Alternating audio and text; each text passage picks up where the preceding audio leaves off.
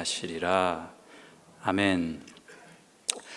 둥근 네모라는 제목으로 주님의 말씀을 전하겠습니다. 13절 앞부분 말씀에서 우리를 시험에 들게 하지 마시옵고 다만 악에서 구하시옵소서라고 하셨습니다. 주기도문의 일부죠. 예수님께서 제자들에게 가르쳐 주신 기도인데요, 언제나 누구에게나 적용되는 보편적인 내용의 기도를 소개하셨습니다. 그 중에서 인간의 딜레마를 시험과 악이다라고 규정해 주셨습니다. 시험 그리고 악, 여러분은 어떻게 이해하고 계십니까? 시험이 무엇인지, 악이 무엇인지, 왜 한 구절 안에서 같이 등장하는지, 어떤 관계가 있는지. 오늘 본문이 좀 다소 원론적인 내용이다 보니 저는 좀 말씀을 준비하면서 덜컥 걱정이 좀 들었거든요. 이거 다 주무시겠는데 막 싶더라고요. 그래서요, 놀라운 일이 생겼습니다. 성경을 그래가지고 이제 준비하면서 딱 폈거든요. 딱 폈는데 펴자마자 나오는 구절이 어떤 구절이냐면요, 창세기 2장 16절 선악과에 대한 내용이었습니다. 여호와 하나님이 그 사람에게 명하여 이르시되 동산 각종 나무의 열매는 네가 임의로 먹지만 동산 중앙에 있는 선악을 알게 하는 나무의 열매는 먹지 말라. 먹는 날에는 반드시 죽으리라 하시니라. 막 두렵고 떨림이 몰려오면서 여러분, 이건 거의 계시의 수준이 아닌가 싶었습니다. 여러분 같으면 어떻게 하시겠어요? 여러분이 설교자 제 위치에 있으면 이건 성도님들이 저녁에 오셔서 다 좋을 것 같으니까 꿈나라로 보내드리는 것이 나을까? 아니면 하늘의 계시를 무시한 죄로 날벼락을 맞을 수는 없다, 그런 생각으로 이렇게 좀 하나님의 말씀을 전해야 될까? 어떻게 하시겠습니까? 꿈나라로 보낼 수는 없지만 날벼락을 맞을 수도 없다 싶어서 저는 진도에 충실하기로 결정을 했습니다. 여러분이 이 시간에는 조금 원론적인 내용이지만 조금 이렇게 진지하고 호응하는 눈빛으로 좀 봐주시면, 협조해 주시면 감사하겠습니다. 자, 하나님께서는요, 분명하게 동산 중앙에 있는 선악과 그 나무는, 그 열매는 먹지 말라고 명하시면서 말씀하셨습니다. 그럼에도 불구하고 뱀이 유혹하는 말에 깨어서 하와가 그 열매를 먹어버렸고요, 아담이 그 열매를 먹게 됩니다. 이것을 원죄라고 신학적으로는 규명합니다. 자, 이 일련의 상황 속에서 시험을 하는 주체는 누굽니까? 누가 시험을 해요? 뱀이 하죠. 그러면 여기서 누가 악한 존재일까요? 뱀이라고 보통은 대답을 하시는데 뱀이 좀 악한 존재 같죠. 그렇다면 과연 하와는 뱀의 꾀임을 받아서 범죄할 수밖에 없었던 피해자일 뿐이었나? 라는 질문입니다. 하와가 만약에 온전히 선하고 바른 존재였다면 어떠한 꾀임에도 하나님이 먹지 말라 하셨으니까 안 먹어야 됐었죠. 그런데 하와는 하나님의 말씀을 지키지 못한 겁니다. 하와의 무엇인가가 뱀이 하는 말에 우리 요즘 말로 클릭이 된 겁니다. 여기 안에 뭐가 있었거든요. 근데 그거하고 딱 맞는 뭐가 이렇게 오니까 클릭을 해버린 거예요. 그래서 먹으면 하나님과 같이 될 거라는 그 열매, 보기도 좋고 먹음직스러운 그 열매를 다시 보게 됩니다. 그래도 하와가 마냥 피해자인가? 저는 그렇지 않다고 합리적으로 생각이 좀 됩니다. 선악과는 어떻습니까, 여러분? 그럼 이 선악과가요, 하나님의 말씀을 어긴 그들이 먹었기 때문에 정말로 인류의 죽음과 죄와 저주를 가지고 온 매개가 되었으니 그 선악과 자체가 정말 악한 것일까? 나쁜 것일까? 그리고 막 무시무시하게 생기고 이상하게 생긴 그런 열매 나무일까? 선과 악을 알게 한다는 것이, 또는 안다는 것이 여러분 나쁜 건가요? 교통신호등 아시죠? 1914년에 미국의 한 흑인 노예의 아들이 개발한 겁니다. 꽤 오래됐죠. 빨간 불일 때는 내 차가 멈추고 녹색 불일 때는 내 차가 움직이고 저 차가 멈춰야 되는 거예요. 질서 있게 사고 없이 차가 운행될 수 있게 했죠. 그렇게 빨간 불과 녹색 불을 통해서 멈추는 때와 가야 될 때를 알게 한다는 그 자체가 나쁜 겁니까? 그렇진 않죠. 정말 나쁜 것은 빨간 불임에도 불구하고 그 신호를 어기고 질주를 하는 운전자가 나쁜 거죠. 설상가상으로 불법 유턴을 하는 그런 몰상식한 사람들이 나쁜 겁니다. 다시 말해 인간이 악한 겁니다. 신호등의 말씀을 드렸는데 순기능이 있죠. 어떤 순기능이 있느냐, 이런 법규를 정해놓았더니 인간이 자꾸 어기더라는 거예요. 아담과 하와로 대표되는 인간의 본성, 그 악함이 드러나더라는 거죠. 이것이 법이 주는 순기능 아니겠습니까? 그 선과 악을 대표하는 나무에서 그대로 발전되고 진화한 것이 바로 우리가 잘 아는 율법입니다. 무엇이 선이냐, 무엇이 악이냐 하는 개념을 정리한 것이죠. 그 율법을 쥐어줬더니 인간의 모습은 자꾸 그 율법의 선을 넘어가더라는 겁니다. 로마서 3장 20절을 보십시오. 한번 같이 읽겠습니다. 시작. 그러므로 율법의 행위로 그의 앞에 의롭다 하심을 얻을 육체가 없나니 율법으로는 율법이 있었더니 죄가 무엇인지 알게 되더라는 겁니다. 선악과를 먹고는 살 수 없다, 정령 죽으리라 하나님이 말씀하셨거든요.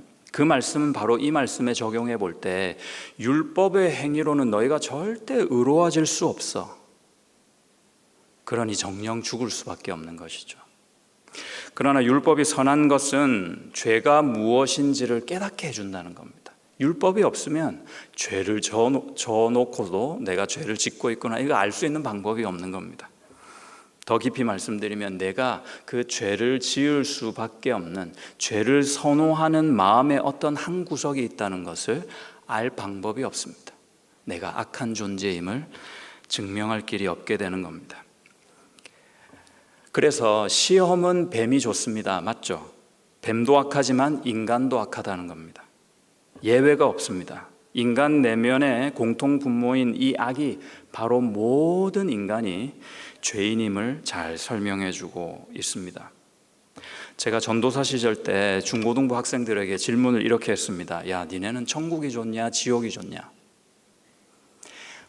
여러분은 어떠십니까? 여러분도 비슷한 생각을 하실 텐데 얘네들이 삐딱하게 앉아가지고 그걸 질문이라고 하느냐고 그런 눈빛을 보내면서 한 녀석이 당연히 천국이 좋죠 전도사님, 그걸 말이라고 해요, 질문이라고 해요.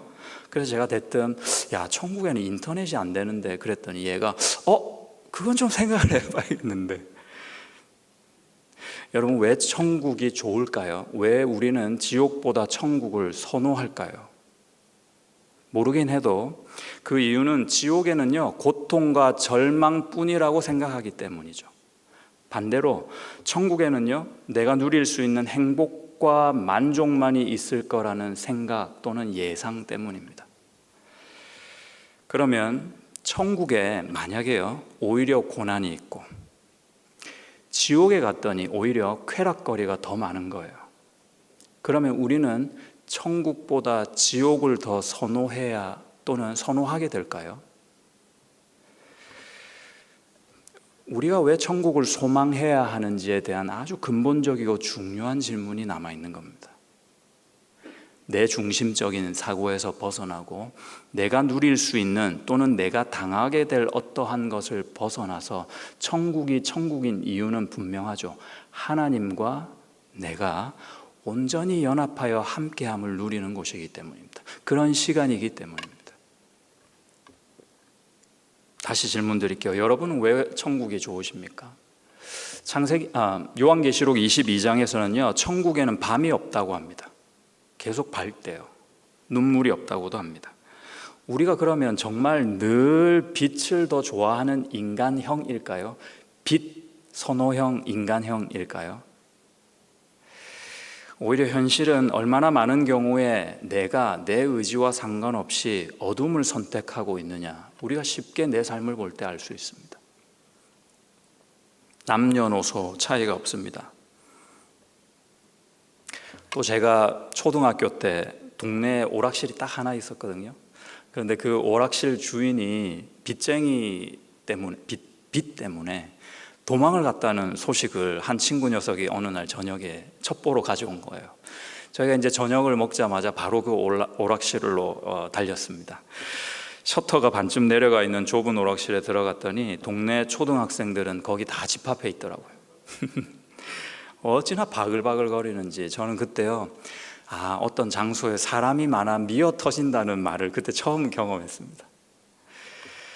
그때 뭐 게임이라 해봐야 몇 종류 없었거든요. 뭐 갤라그, 제비우스, 테트리스, 1942 뭐 이 정도였습니다. 이렇게 좀 공감이 안 가시는 표정이신데 저는 그거 다 하고 놀았습니다. 얘들이요, 나름 그런데요, 참 기특한 게 줄을 서서 놀고 있더라고요. 그 많은 중에 저녁에 이렇게 몰래 나온 애들이 줄을 서서 차례를 기다리고 있는 모습이었습니다.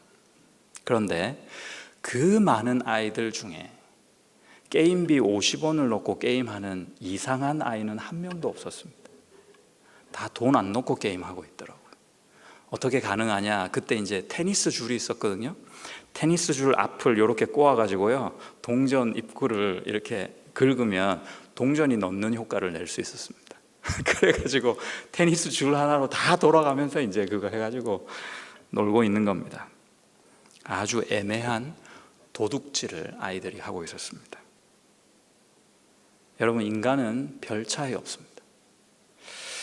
니나 내나 거기서 거기, 돛진 개찐 도토리 키재기라는 것이죠. 창세기 3장 20절에 이런 말씀이 있습니다. 아담이 그의 아내의 이름을 하와라 불렀으니 그는 모든 산자의 어머니가 됨이더라. 좋은 말 같지만 아주 성경이 우리를 매몰차고 매정하게 뿌리치는 말씀 같아 보입니다. 왜냐하면 3장 19절까지 아담과 하와가 범죄한 이후에 하나님께서 그들에게 벌을 주시고 나무라시거든요. 뱀을 저주하시거든요. 땅이 저주를 받아 가시와 엉겅퀴를 내겠다고 합니다. 그 말씀이 19절에서 딱 마친 다음에 바로 20절에 이 말씀이 딱 나오는 거예요. 무슨 말이냐? 범죄는 아담과 하와가 저질렀을지 몰라도 이 원죄는 거기 그대에서 끝나지 않는다는 말씀입니다. 계속 이 죄성, 이 악함이 대물림된다는 것이죠. 산자의 어머니가 됨이더라. 시험은 인간을 범죄하게 합니다. 그러나 인간이 범죄하는 이유는 인간 자신의 악함 때문이었습니다. 우리를 시험에 들게 하지 마시고 다만 악에서 구해달라고 기도할 때 그 악이 나 이외에 다른 대상에만 있는 것이 아니라 사실은 제일 큰 악이라는 덩어리가 내 내면에 있다 하는 말씀입니다. 이렇게 범죄한 인간 또는 이 악 또는 죄가, 이 죄악이 가장 크게 역사하는 분야가 바로 관계성입니다. 범죄한 인간으로부터 하나님이 멀어지십니다. 또는 하나님으로부터 이 범죄한 인간은 멀어지게 됩니다. 이 관계가 깨어지는 겁니다. 서로의 관계가 깨어지고요, 피조세계와의 모든 관계가 깨어집니다. 이것이 무서운 일입니다. 선악과를 먹는 날에 맞이한 바로 죽음이 이 죽음입니다. 깨어짐, 단절됨의 죽음입니다. 로마서 3장 23절을 보십시오. 모든 사람이 죄를 범하였음에 하나님의 영광에 이르지 못하더니, 죄를 범하니까 그 하나님께 가까이 갈 수 없는 거예요. 이제는 그 하나님이 될 수 없는 겁니다. 오늘 말씀의 시험과 악은 바로 이런 맥락에서 참 특이합니다. 어떤 맥락이요? 지금 관계성을 깬다는 그 죄의 속성 말입니다. 관계성을 깬다는 말씀을 좀 착안을 하시고 우리 본문으로 다시 한번 돌아가 보시겠습니다. 본문을 보시면 지금 13절이 우리를 시험에 들게 하지 마시고 악에서 구하옵소서 그랬잖아요. 시험과 악이라는 내용이 있는데 바로 앞절 12절에서는 어떤 말씀을 하십니까? 12절 한번 보실까요? 같이 한번 읽겠습니다. 여러분이 12절 읽으시고 13절을 제가 읽고 14, 15절을 같이 읽겠습니다. 12절을 읽어주십시오. 시작. 우리가 우리에게 서로의 관계죠. 서로가 서로를 용서하고 죄 지은 것을 사해 준다는 말씀입니다. 그걸 기도하는 거죠. 13절이 이렇습니다. 우리를 시험에 들게 하지 마시옵고 다만 악에서 구하시옵소서. 나라와 권세와 영광이 아버지께 영원히 있사옵나이다. 아멘. 14, 15절 같이 읽습니다. 너희가 사람의 잘못을 용서하면 너희 하늘 아버지께서도 너희 잘못을 용서하시려니와 너희가 사람의 잘못을 용서하지 아니하면 너희 아버지께서도 너희 잘못을 용서하지 아니하시리라. 그대로 한번 보시면 여러분이 읽으셨던 12절 말씀을 14절과 15절에서 조금 길게 설명을 해주시는 것을 알 수 있죠.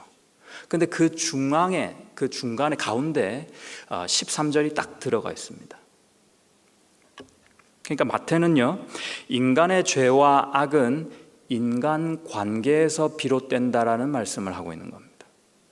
동시에 그 관계에서 비롯된 그 시험과 악이라는 것이 바로 인간 관계에서, 그 관계성에서 풀어질 수 있다는 해법 또한 제시하고 있습니다. 그래서 오늘 본문이 참 어렵더라고요.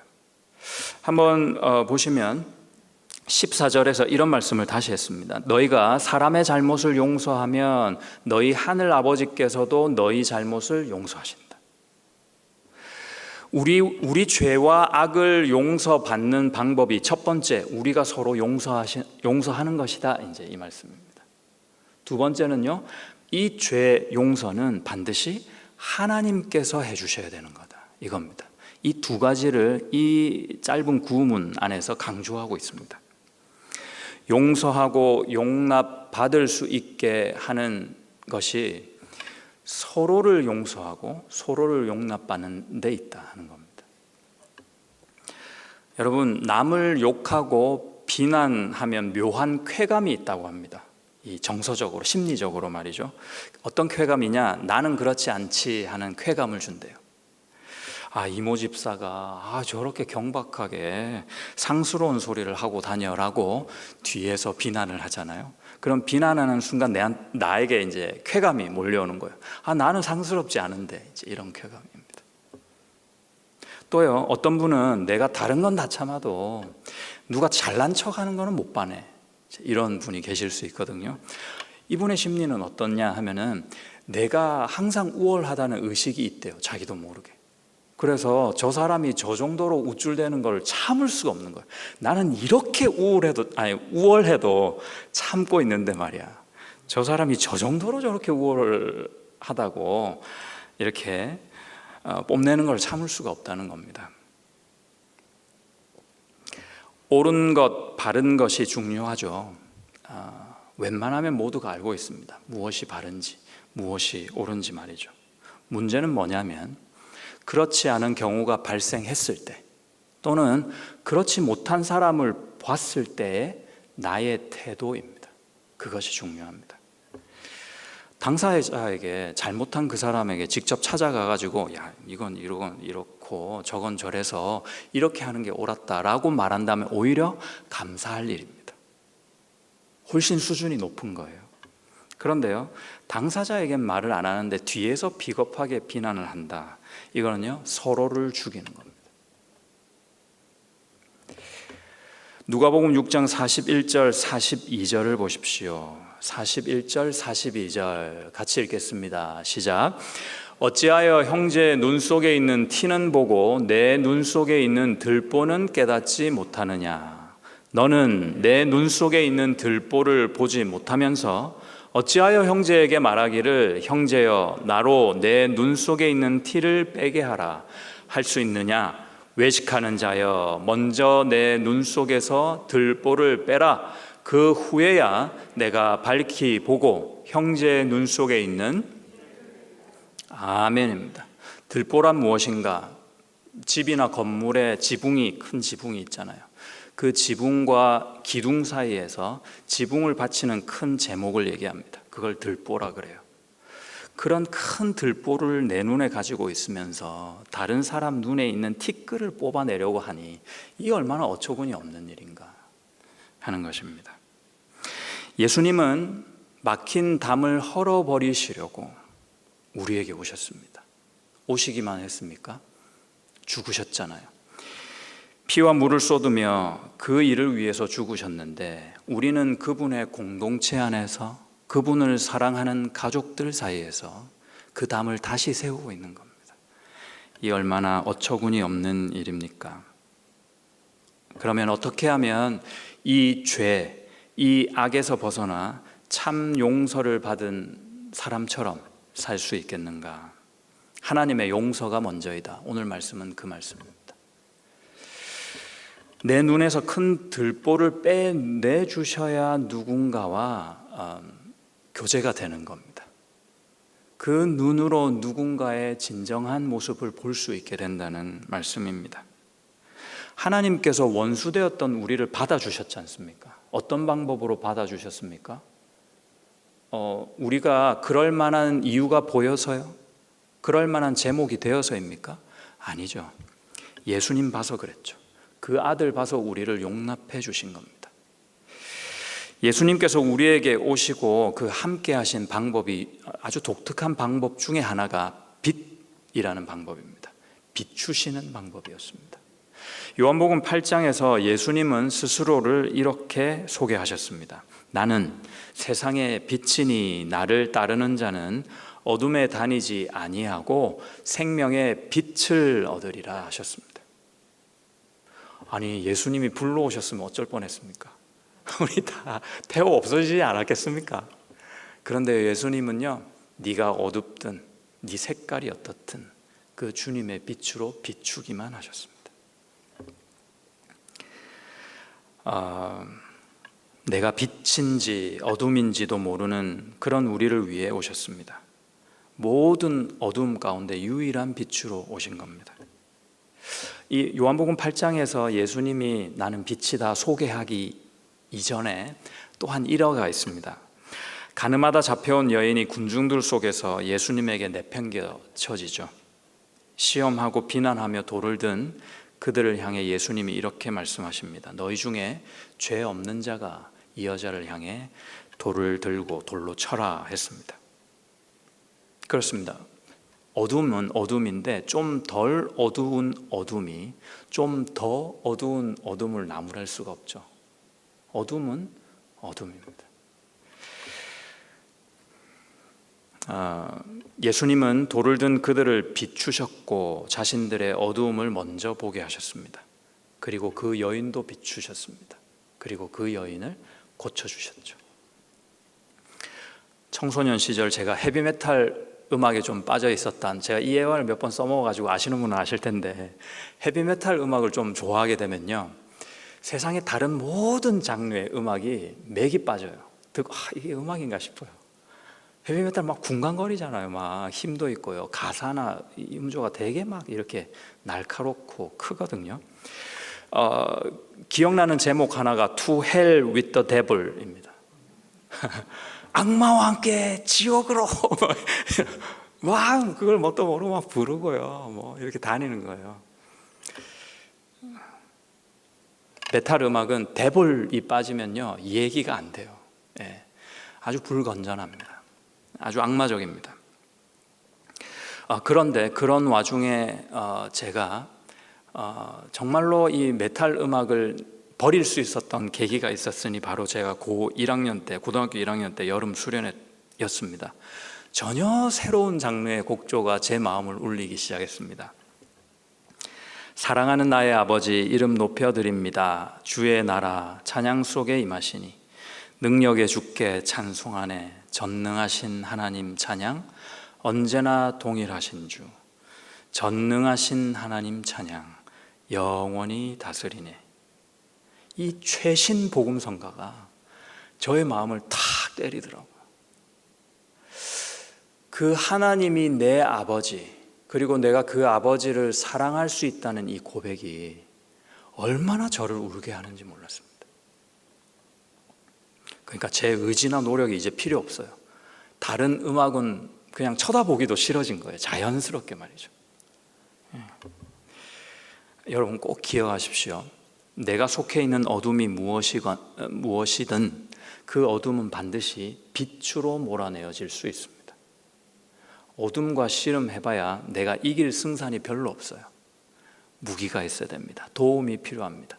나로부터 나오는 어떤 것이 아니라 외부에서 하늘에서 비추는 밝은 빛으로 내 내면을 비추고 내 환경을 비추고 내 주위의 모든 여건들을 비춰야 합니다.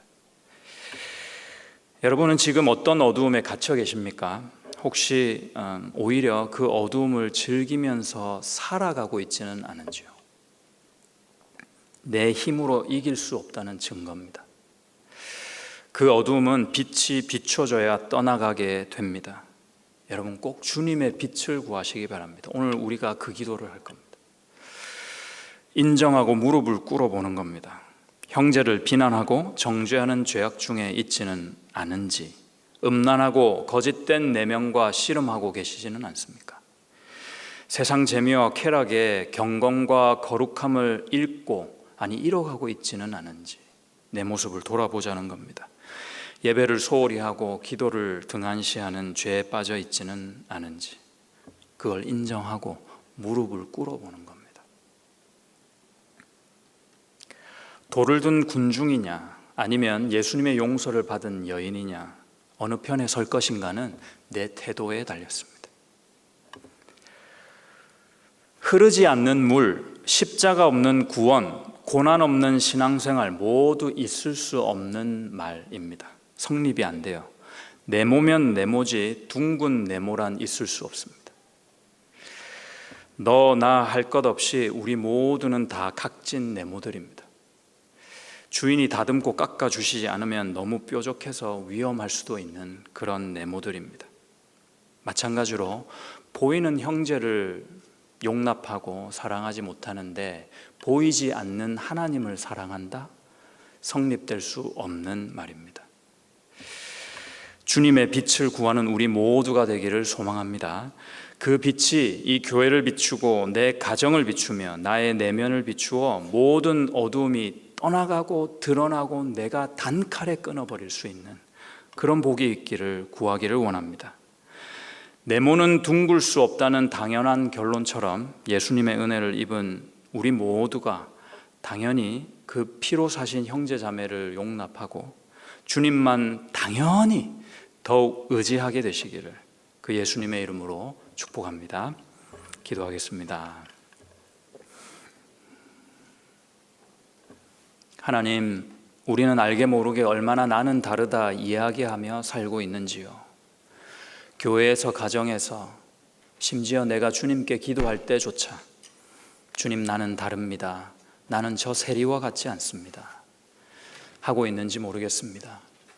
하나님, 주께서 오늘 이 저녁에 우리 모두에게 빛을 비추어 주시옵소서. 그래서 내가 누군지 정확히 보게 하시고 겸손히 주님께 인정하고 무릎 꿇는 이 밤 되게 도와 주시옵소서. 우리와 함께 하시는 거룩하신 빛 대신 예수님의 이름으로 기도합니다. 아멘. 함께 찬양.